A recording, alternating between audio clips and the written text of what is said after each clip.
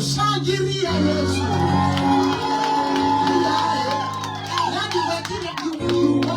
Watu wagonjwa hapa nyuma. Tuwaombee kabla hatujaingia kwa neno. Mwadhani Jehova Gai. Mwadhani todo wewe woko. Hello. Nataka tushangilie huyu Yesu. 1 2. Natumai mwenye amekaa chini ni mwenye hawezi simama, si ndio? Ama mwenye ako na mtoto hivyo tu. 1 2 3. Shangilia Yesu. Shangilia Jehova. Shangilia Yesu. Shangilia. 1 2 3 4. Amen. Kaa chini. Hizo sifa ni zinakuanga za Mungu, si zetu. Kwa hivyo ukisikia ni kupatia Mungu sifa, shangwe na vigeregere, usiwe na wivu. Ukiachilia hizo sifa kwa nani? Ziachilie. Hiyo ni dhabihu. Bwana asifiwe. Na nataka uulize mwenzako, je, uko na mavazi ya mwaliko? Uliza mwingine kama uko na mavazi ya mwaliko, na umwambie tafadhali na usilale usipotelewe. Hello. Kana to ujia ndo maruamete. Kwa hivyo mwambie usifanye nini? Usilale. Amekwambiaje vile umemuuliza kama kuna mavazi? Amejibu ama amenyamaza? Mwingine bado hajajua vizuri. Bwana asifiwe. Nataka tuingie katika neno la Bwana. Jimu yetu ni ya kwamba vaa mavazi ya mwaliko wa harusi, ambayo mwenye amekualika ni mwana kondoo. Bwana asifiwe. Gia katika Mathayo mtakatifu 22, Matthew chapter 22. Unajua watu wanataka baraka sana. Watu wanasahau kuna mwaliko. Inatubidi zile nyakati ambazo tunazoziishi uelewe na ujue maana ya kuokoka ni nini. Inakupasa ukayaje ili uwe mmoja wa ule mwaliko, ili tarumbeta itakapolia hautabaki. Bwana asifiwe. Katika Mathayo 22, hiyo ndio nataka tusome kuanzia pale mstari wa kwanza. Nataka niteremke hivyo mpaka mstari wa 11. Mathayo mtakatifu sura ni ya 22, kuanzia mstari wa kwanza. Tusome kuanzia aya ya kwanza hadi ya 14. Neno la Mungu linasema hivi: Yesu akajibu akawaambia tena kwa mithali akisema, ufalme wa mbinguni umefanana na mfalme mmoja aliyemfanyia mwanawe harusi, akawatuma watumwa wake wawaite walioalikwa kuja harusini, nao wakakataa kuja. Bwana asifiwe. Watu walioitwa kwenye mwaliko wa harusi, na wao wakafanya nini? Wakakataa kuja. Neno la Bwana linasema aya ya 4, akatuma tena watu kwa wengine akisema, waambieni wale walioalikwa, tazameni, nimeandaa karamu yangu, ng'ombe zangu na vinono vimekwisha kuchinjwa, na vyote vimekuwa tayari, John harusini. Verse 5. Lakini hawakujali, wakaenda zao, mmoja shambani kwake, mmoja kwenye biashara. Hilo ni kundi la ngapi? Wapili nao la pili likatu vile lilitumaniwa, na wakaelezewa ya kwamba nimechinja vinono. Bwana asifiwe.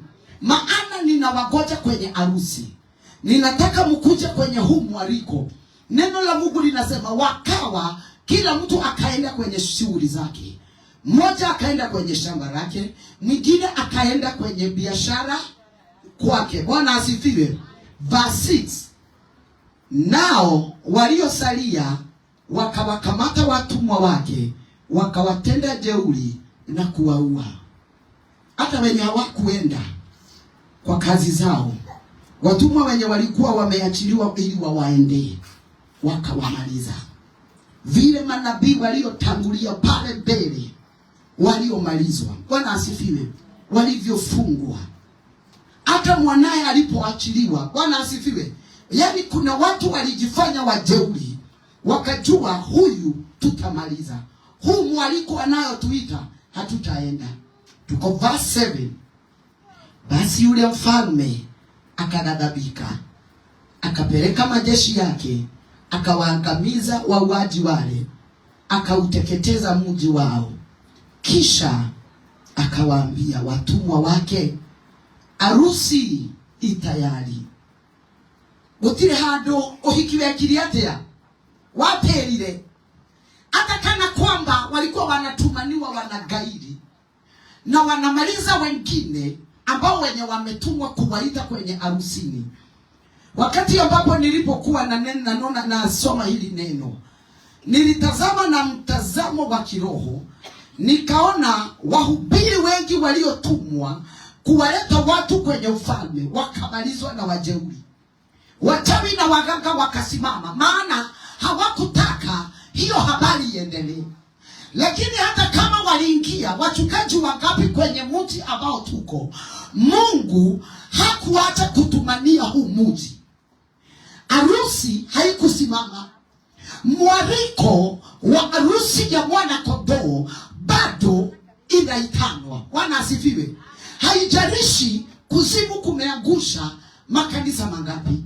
Yesu akamwelezea Petro, nitajenga kanisa langu na milango ya kuzimu haitaiweza. Haleluya. Na ndiposa mwenye kutumana hakuwa anachoka.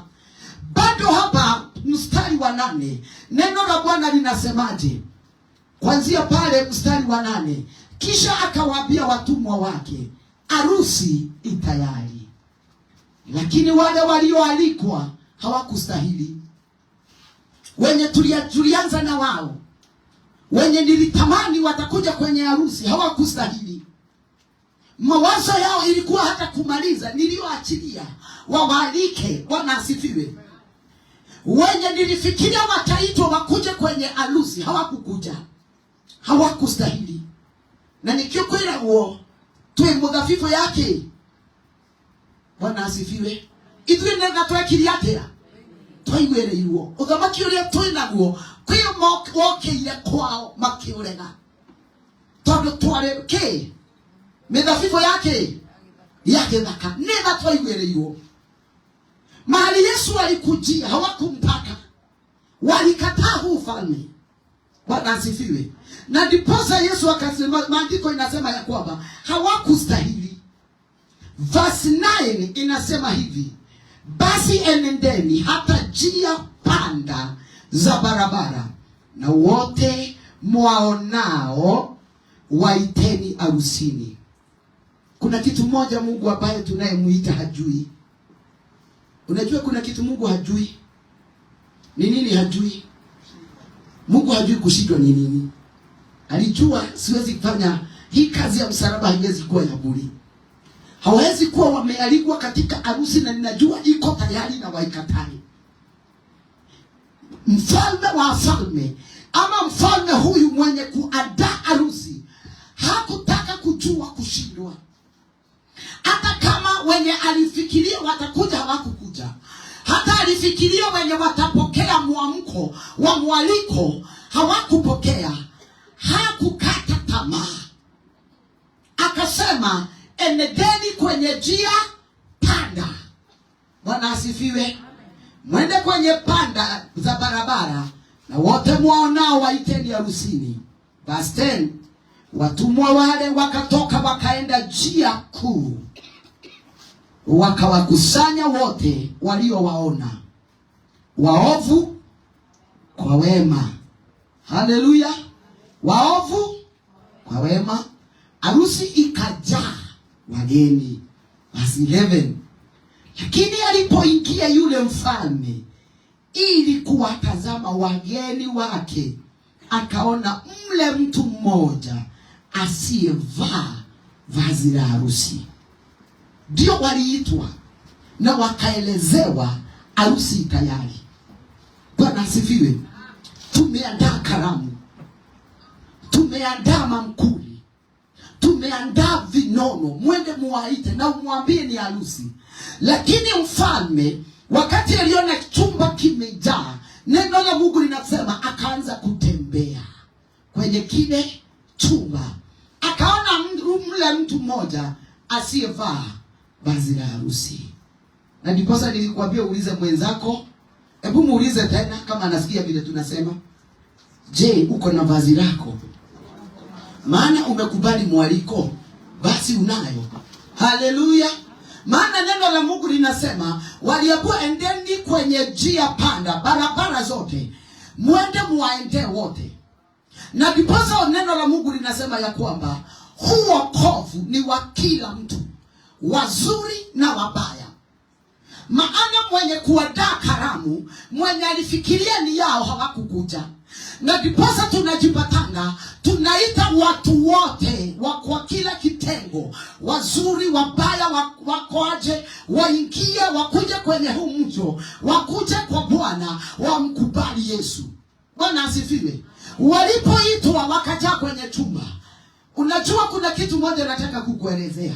Ukiwa katika mwaliko, lazima ujue mavazi unayostahili kuwa umeyavaa. Kuna kitu moja Mungu alinielezea.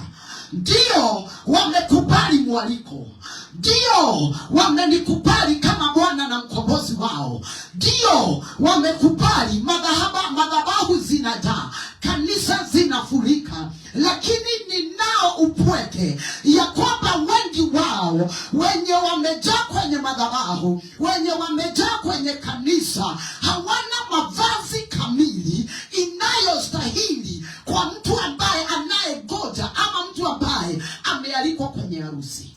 May the Lord help us. Mungu atusaidie. Bwana asifiwe. Karamu imeandaliwa, watu wameandaliwa, lakini akiwa katika pilika zake, mbingu inaona, ndio watu wanakusanyana, ndio watu ni wengi, lakini bado watu hawajajijua, hawajanielewa. Who am I? Nani amewaalika kwenye mwaliko? Nani amewaalika kwenye wokovu? Hawajanijua mimi ni Mungu mgani, hawajanielewa nguvu zangu, hawajanielewa njia ambazo nataka wapitie. Haleluya. Ndio wako kwa mwaliko, na ndiposa unapata kila mtu. Bwana asifiwe. Mwizi, Bwana asifiwe. Msharati, Bwana asifiwe. Mnyang'anyani, Bwana asifiwe. Muongea uongo, Bwana asifiwe. Wote wako kwa kichumba kimoja, lakini ole wao, maana jicho la Bwana linatembea kila mahali. Bwana kaniambia, andaa kanisa, ambia watu wangu, niko macho yangu ni makali sana na yanatazama aliyekubali kuvaa vazi ambalo nililomwalika kwenye mwaliko wa harusi. Jichunguze mwenyewe. Na nimesema usione mtu analala akiwa hapa. Tafadhali tuamshane. Watu wanafanya kazi ya kuchoka wiki mzima. Kwa hivyo tujaribu kufanya nini? Msaidie tu asikie neno. Bwana asifiwe. Nataka uone bwana harusi ama mfalme.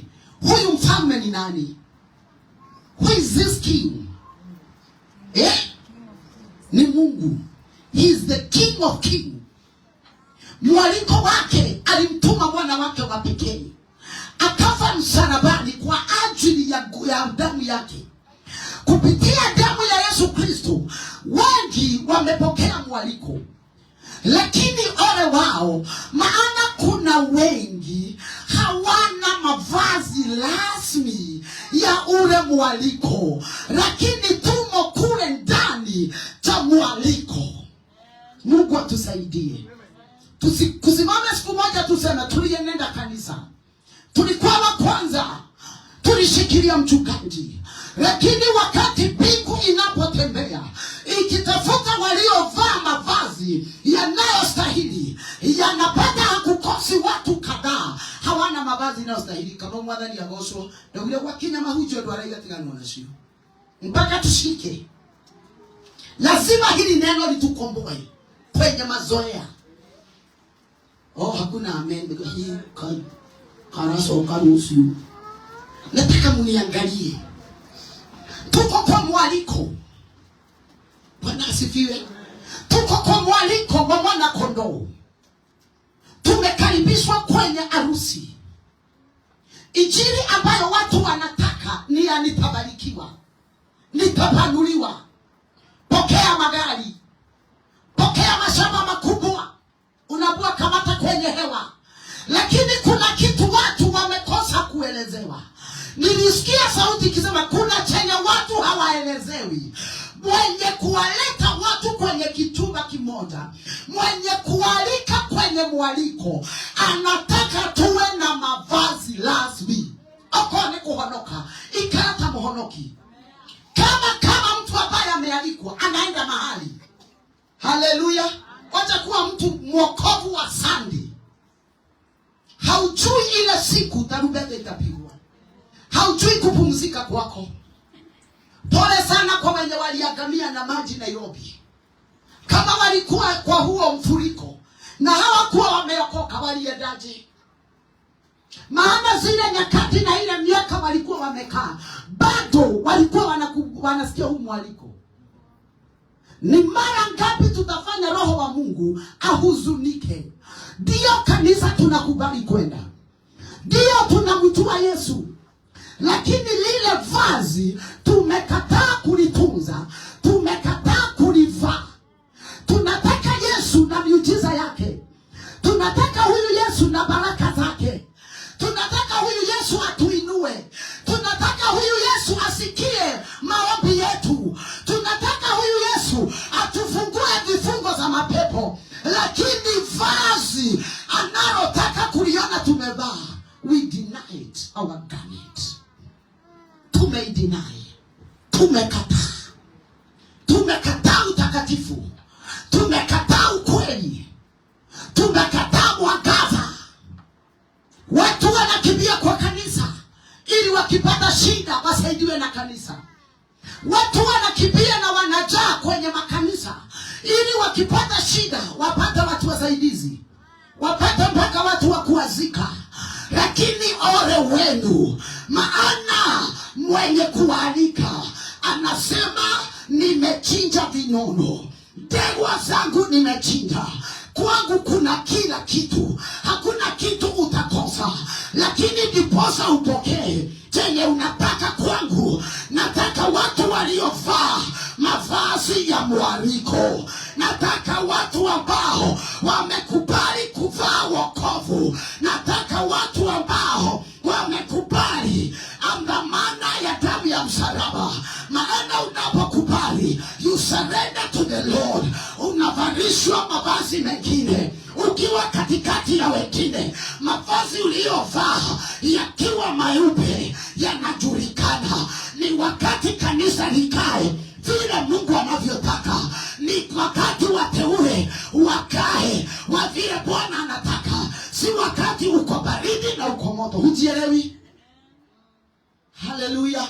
Wengine wameokoka wokovu ya mababa zao. Wewe uko hapo ni kwa sababu ulikuwa ukipelekwa kanisa. Kwa hivyo alipata watu wakisema Bwana asifiwe. Bwana asifiwe. Kwa sababu ulijipata Sunday school. Bwana asifiwe. Haujajua wokovu ni nini.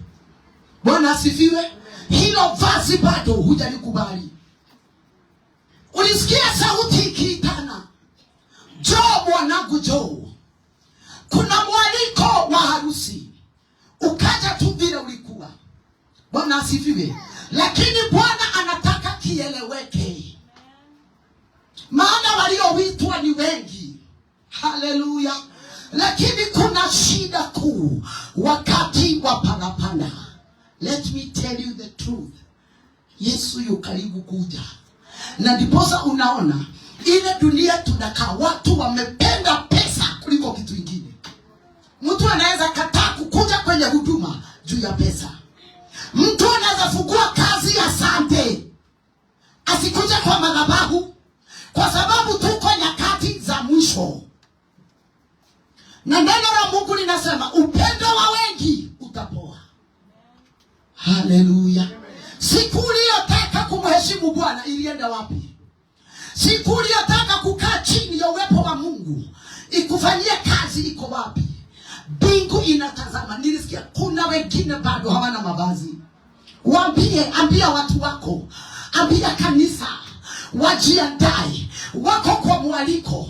Ndio tuko kwa makanisa, kanisa bila hukumu, kanisa bila kuabua uko na dhambi, lakini wacha nikusaidie, tutakuita kwenye huu mwito kanisa bila hukumu, lakini kuchagua kuvaa mavazi, huo ni uamuzi wako. Hiyo ni uamuzi wako. Tutakuja tukiwa wengi sana, maana tunawahitaji. Ukikuja kwa Mungu ni kanisa bila hukumu. Lakini ole wako, maana mwenye kukualika kwenye mwaliko ako hapo anatazama. Neno la Mungu linasema hata mambo mlioyafanyia sirini na ndani sana anayaona. Nataka uone chumba kilikuwa kimejaa. Nataka unione kwa ule mwaliko waliita watu wote. Watu tumewaita wakuje kwa Bwana. Watu wamekubali kufuata hii injili, lakini hawajajua mavazi halisi wanayostahili kuyavaa. Vaa mavazi rasmi ambayo yanabatana na mwaliko ulioalikwa na Kristo. Vaa mavazi kamili. Hata ukiwa katikati ya watu watakutolea ushuhuda. Usiende tu kanisa ili usaidiwe ukipata shida. Usiende tu kanisa ili uzikwe, maana unataka kuzikwa vizuri. Mwenye kukualika, mwenye uko ndani ya kanisa lake anatazama. Angalia njia zako vizuri, mienendo yako, misemo yako.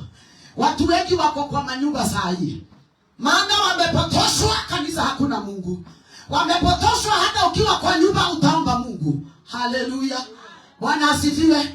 Kanisa iliyo takatifu na kanisa ya kweli ni Yesu Kristo. Huyo ndiye kanisa. Na tulielezewa huwezi kuwa kanisa juu ya ile uchafu unaokotanga, juu ya zile mauongo uko nayo. Na ndiposa uko ndani ya huyo Yesu mwenye kanisa.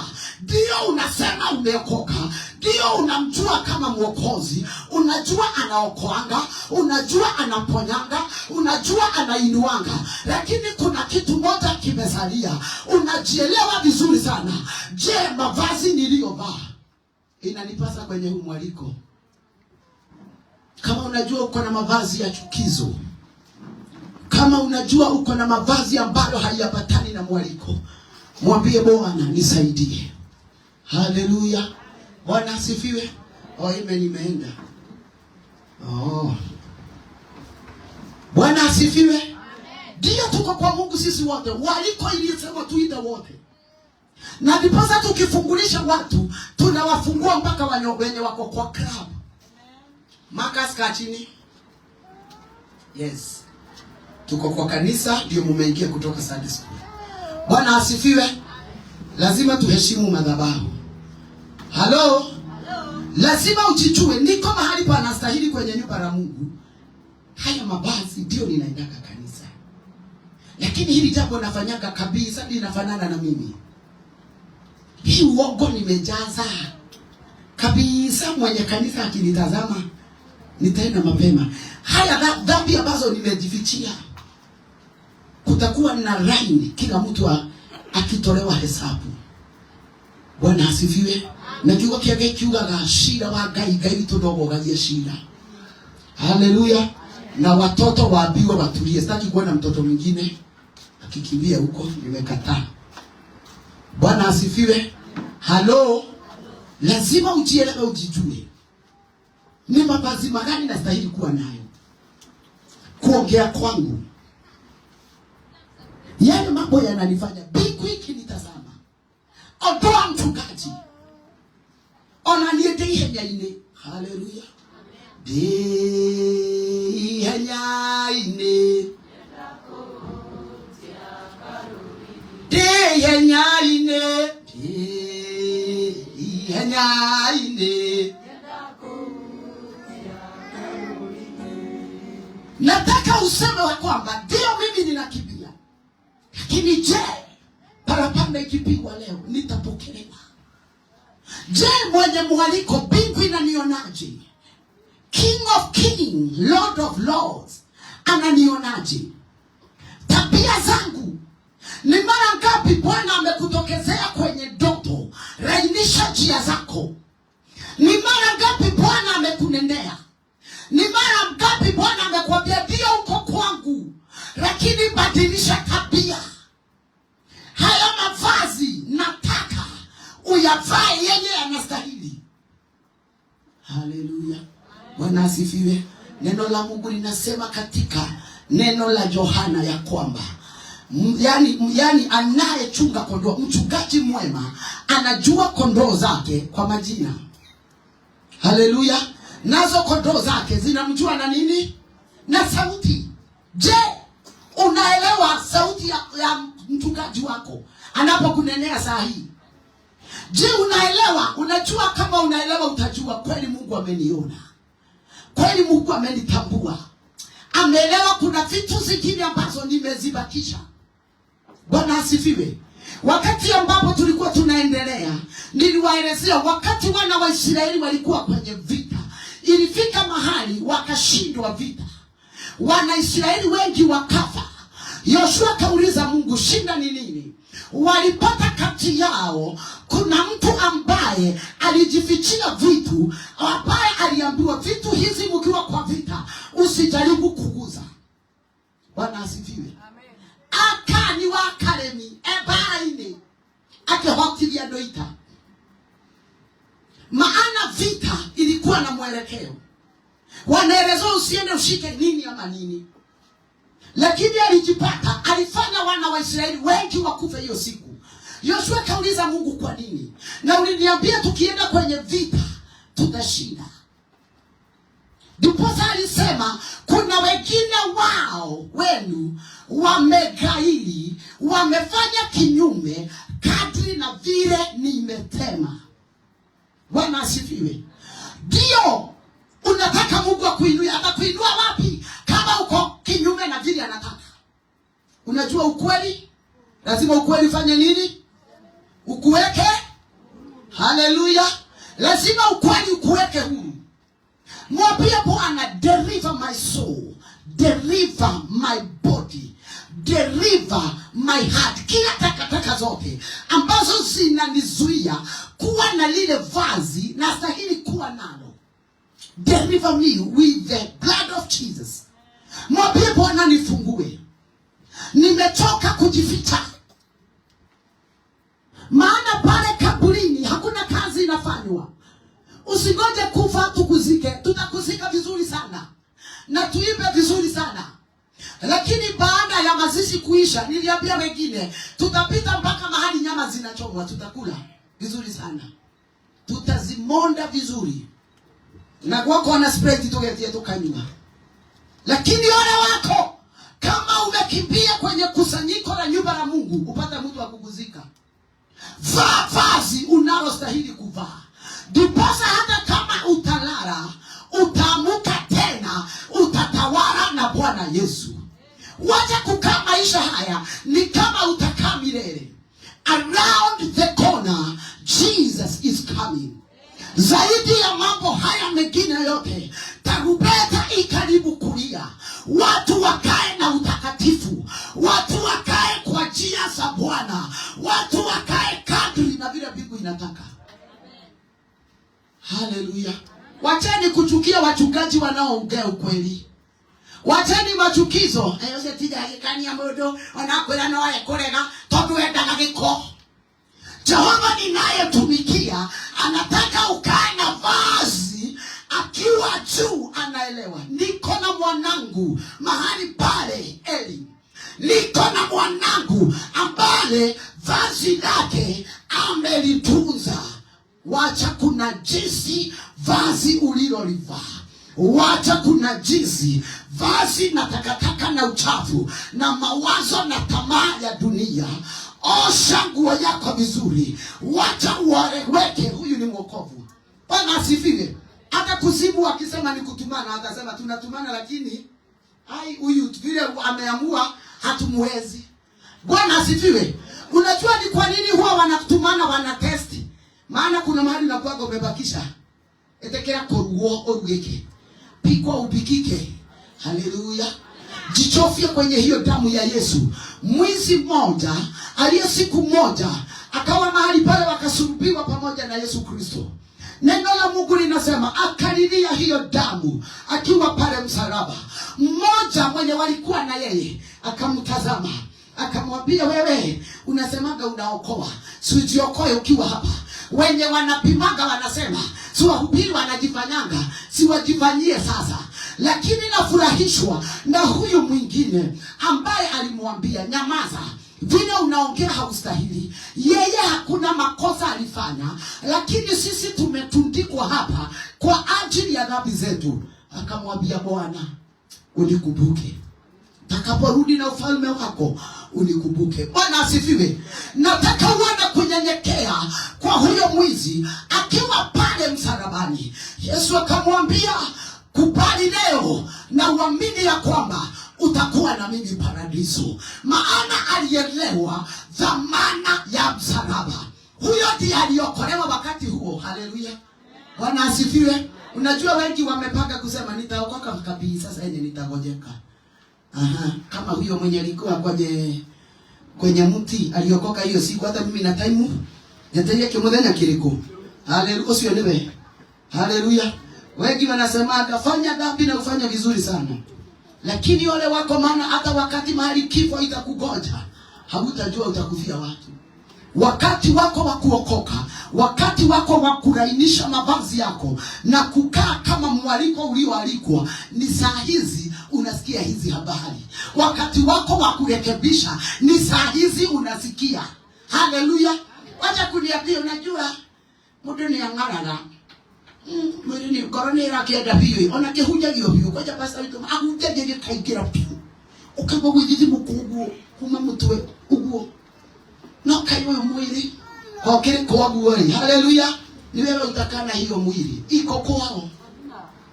Dupeka vizuri, uliangalia kaa vizuri. Kaa vizuri baba, acha kukaa hivi. Mwili iko kwao, ndio nataka ifanywe kazi. Ikombolewe. Bwana asifiwe. Ukombolewe kabisa kabisa na Mungu. Ufanyie Mungu kazi.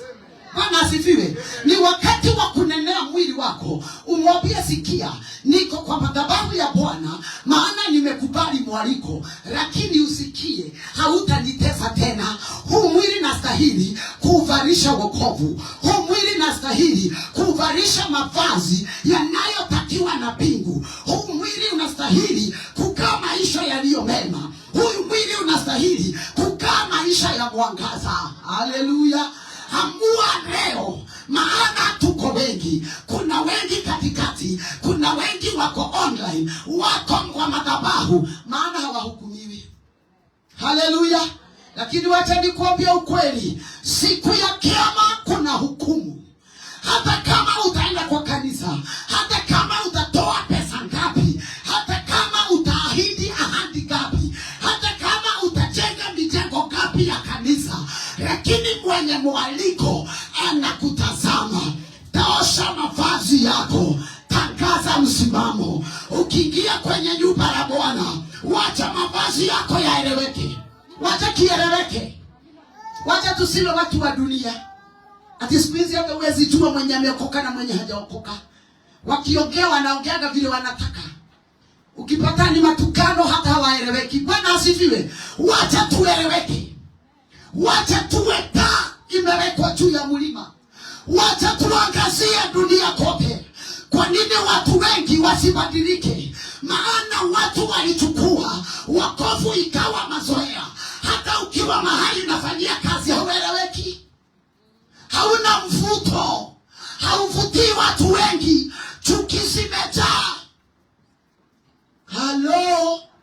Lakini naendanga chumbani kwa Bwana. Nilifurahi waliponiambia. Inajo na moyo wangu hijiri hiyo. Nilifurahi waliponiambia.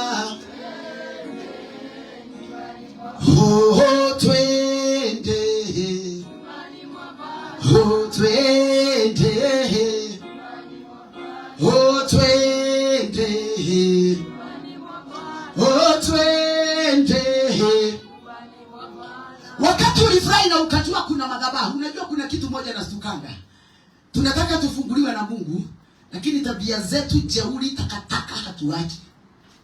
Tunataka vinono kwa hii harusi ambayo tumealikwa, lakini mavazi tumekataa kuvaa.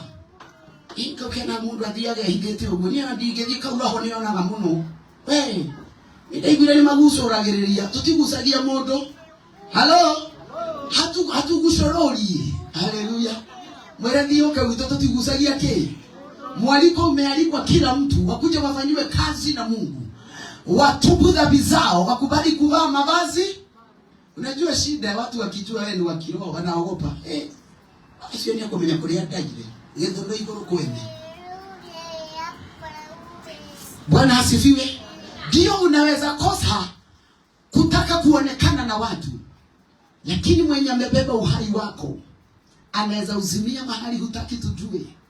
Huyo ndio unastahili kuogopa. Udhie pia kadara ile. Pia wewe hidete ngadi vitu nake na nikauga. Ukaumboka kimwaki. Yatire mutungate okaiga mundu ati marora naba ni maana hena reverend gitagwa reverend Rebecca. Ngoni ahera auma BNB. Ucio tu wako. Ole kosio. Bwana asifiwe. Vazi ueleweke. Na wacha nikwambia watu wa kujificha jificha. Hao ndio shetani anataka kuanika hivi. Kwa sababu anajua wewe unajifichanga kwa Mungu wako. Ati wewe ni taa gani na wewe ni wetu. Bwana asifiwe. Kuna wakati mapepo ilikuwa inasema huyo achana naye hakuagia meambo, huyo ni wetu. Huyo atasikai kubali, huyo ni wewe. Maana wanamchuaga, lakini akiwa hapa Digi Jeni, Digi Clementi, Digi Jodivati na Johnny. Haleluya. Ndio ndani ya wuru, lugha ya ngai, ni mwana hiyo. Lakini kuna jicho lingine linakuona kwa ubali. Imagine hauko mwaliko wa pastor wako. Wenye mkondre munisikie. Hello. Mwenye wako TikTok, maana hii nitakata munisikie. Hauko mwaliko wa pastor wako. Hauko mwaliko wa bishop wako. Hauko mwaliko wa padri wako. Uko mwaliko wa mwana kondoo. Hata padri ni mtafutaji wa uhai kama wewe. Bado ako akikimbia. Bado anataka ashindane. Unajua watu wengi wanatakanga kuwa frontline, maana wanafikiria mwaliko ni wa pastor. Haleluya. Bwana asifiwe. Mwaliko si wachungaji. Huu mwaliko tumealikwa na mwana kondoo. Na huyu mwana kondoo anasema mimi ni jaji mkuu. Mimi ni kuhani mkuu. Haleluya. Unajua kuna tudhambi twingine watu wamejificha. Hiyo dhambi itafanya ubaki. Itafanya ubaki laini katwa hivi. Ubaki hivi. Maana kuna vitu twingine unajificha. Unafikiria unajificha pastor. Kuanzia leo wanaonitazama usikawai jificha pastor wako. Maana wenye walialikwa kwenye hii harusi wakaingia kwenye chumba, hawakujua mwenye kualika ni nani. Ndio waliitwa na wenye walitumwa. Niko kasi ya Baba, niko shambani ya Jehova, nikiwaita wengi ili waingie kwenye ufalme wa Mungu. Ninawaita wengi, ninawatafuta wengi ili waingie kwenye madhabahu waokolewe na Bwana. Lakini anayechunguza moyo, anayechunguza roho ni Jehova peke yake. Huyo peke yake ndiye anayechunguza moyo. Yangu ni kukuita, yangu ni kukualika kwenye mwaliko wa mwana kondoo. Na wewe katika huu mwaliko vaa vazi linalostahili. Haleluya. Tinakuwa katoma henito nini titoru.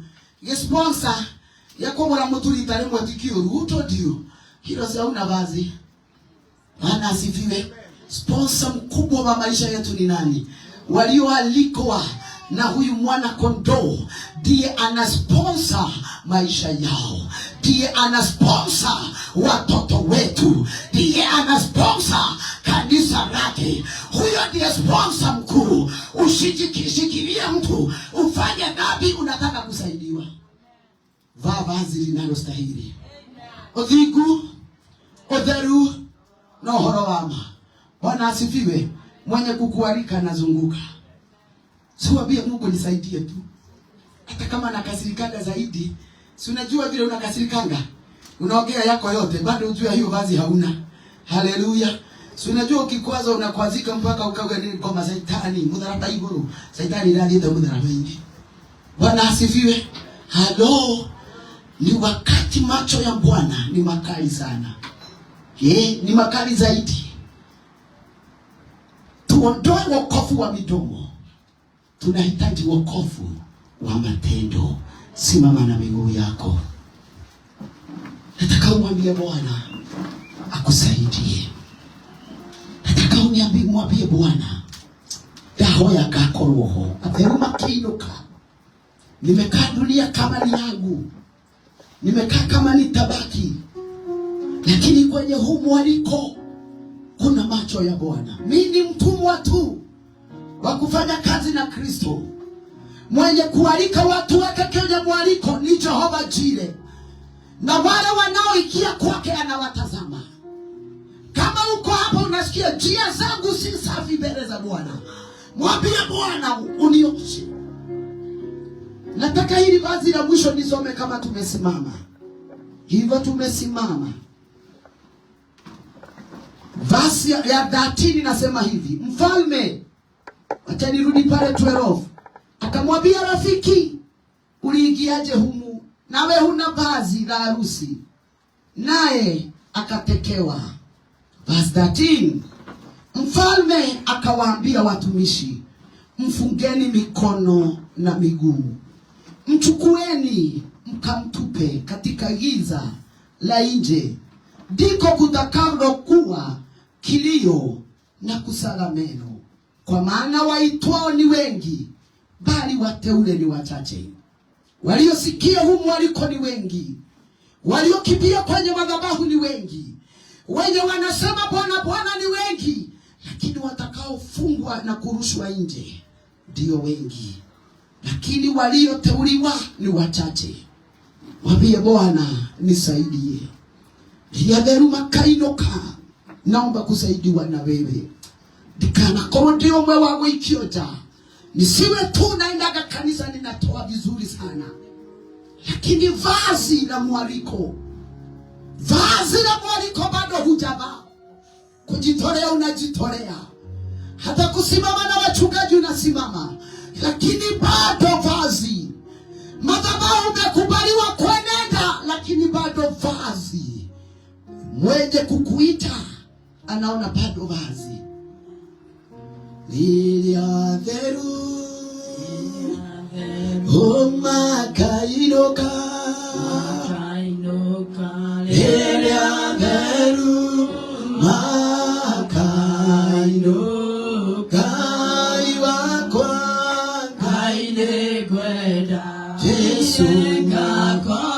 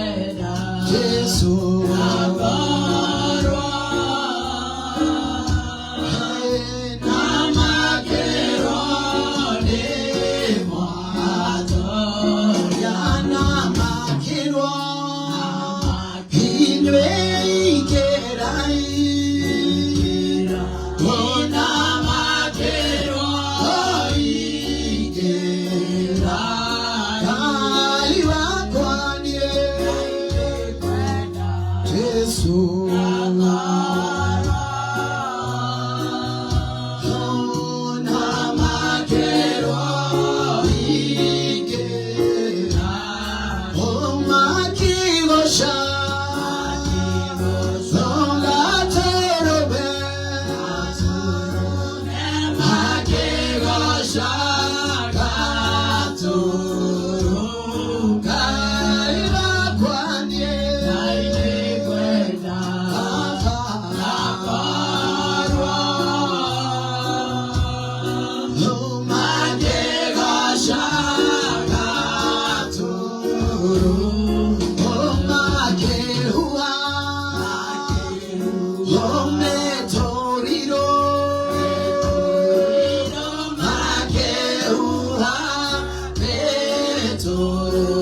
Jiachilie kwa Bwana.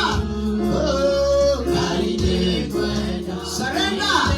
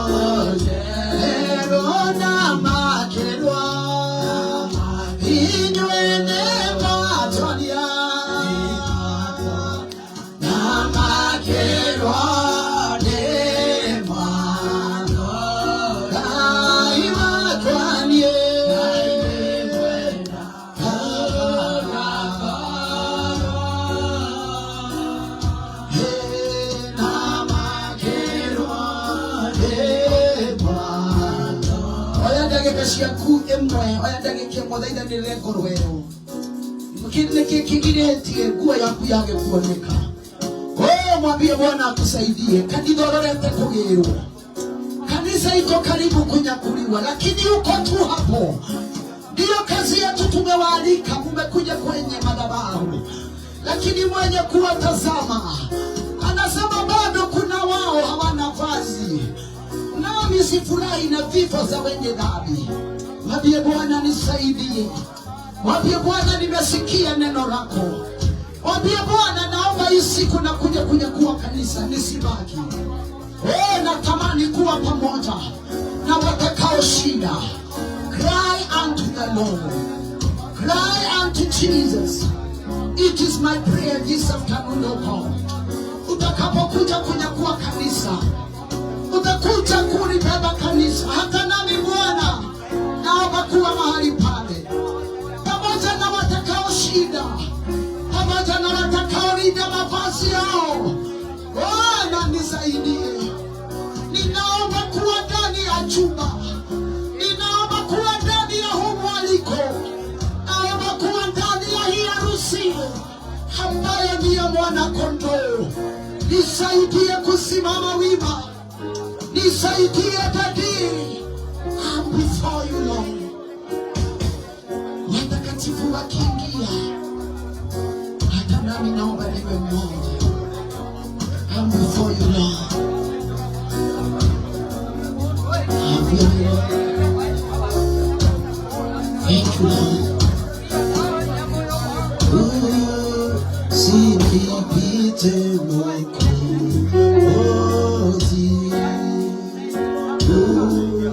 nisikie.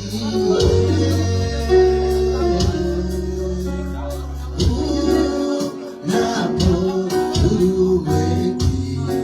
uwekile, naomba usinipe. Ita Yesu, ita Yesu, naomba unisikie. Baba yangu napozuru wengi, naomba usinipe. Ndio biletu mchana wa leo ya kwamba unapozuru wengine usitupitie. Bwana, nimeachilia neno lako kadri na ulivyoniagiza. Uliniambia ni kuambia ya kwamba macho yako yanaona. Kuna wengine ndio wako kwenye mwaliko, lakini hawana yale mavazi unayostahili. Naombea hizi roho waliosema ni mimi Bwana, wanaosema ninakubali Jehova, naomba wapokelewe tena na wewe. Kama uko hapo unataka kuinua mkono, unataka huyu Yesu akikuja usiachwe, unataka huyu Bwana akusaidie, mavazi yako yawe meupe, inua mkono ili Mungu akusaidie. Bwana, tazama mioyo ya watu wako, mikono iliyoinuliwa. Hawa watu wamekubali ya kwamba utakapokuja kulinyakua kanisa wasibaki, na kwamba macho yako ni makali. Kwenye wanastahili kurekebisha warekebishe, kwenye wanastahili kusimama wasimame, ili siku unapokuja Bwana wasiwe wakurushwa nje, wasiwe wakulia nje, na bado wako kwenye chumba. Ni ombi langu Baba yangu ya kwamba wote wenye kwenye chumba watakubali kukaa kadri na mapenzi yako, watakubali kuenenda maongeo yao, mienendo yao, tabia zao ikaonyeshana wamekubali kuvaa wokovu. Bwana, saidia hawa, saidia mioyo ya watu wako walio online, wasaidie, wasimamishe Bwana, wasimamishe Jehova. Macho yako ni makali, ili siku ya kiyama Bwana wakuwe pamoja na wewe, ili siku tarumbeta inapigwa kusiwe hata mmoja atabaki. Bwana, twatamani kukaa meza moja na wewe Yesu. Twatamani Baba, twatamani Jehova, tusaidie siku baada nyingine. Saidia wanao kuweka mavazi yao kadri na vile unavyotaka. Wengine wanafikiria unataka pesa ili wakubalike mbinguni, bali wewe unataka mienendo, unataka vazi la wokovu. Wacha wawe taa ili wang'ae kwenye giza, wawe taa kwenye mioyo ya watu wengi watakaowaona wanakuja kwenye madhabahu, watamani hawa, ili wengi wakujue wewe. Saidia wanao na wakabidhi kwako. Shughulikia haya maisha, shughulikia shida zao, shughulikia mambo zao. Mungu wetu na Baba yetu, nasema bado tu kidogo kanisa linyakuliwe. Tusaidie Bwana, ili tuwe pamoja na wewe siku ya kiyama. Asante kwa neno lako. Roho wa Bwana endelea kunena na mioyo ya watu wako. Roho wa Bwana endelea kuwaonyesha njia ambazo wanazoziendea si nzuri. Endelea Bwana kuwafunza, kwa sababu wewe ni mwalimu mwema. Twakuheshimu na kukuabudu. Pokea sifa na utukufu katika jina la Baba la Mwana tunaomba na kuamini. Na sisi wote tuseme, na sisi wote watarajiwa wa kuingia mbinguni tuseme, watu ambao hawatabaki nyuma kwa mwaliko tuseme, watu ambao hawatarushwa nje tuseme.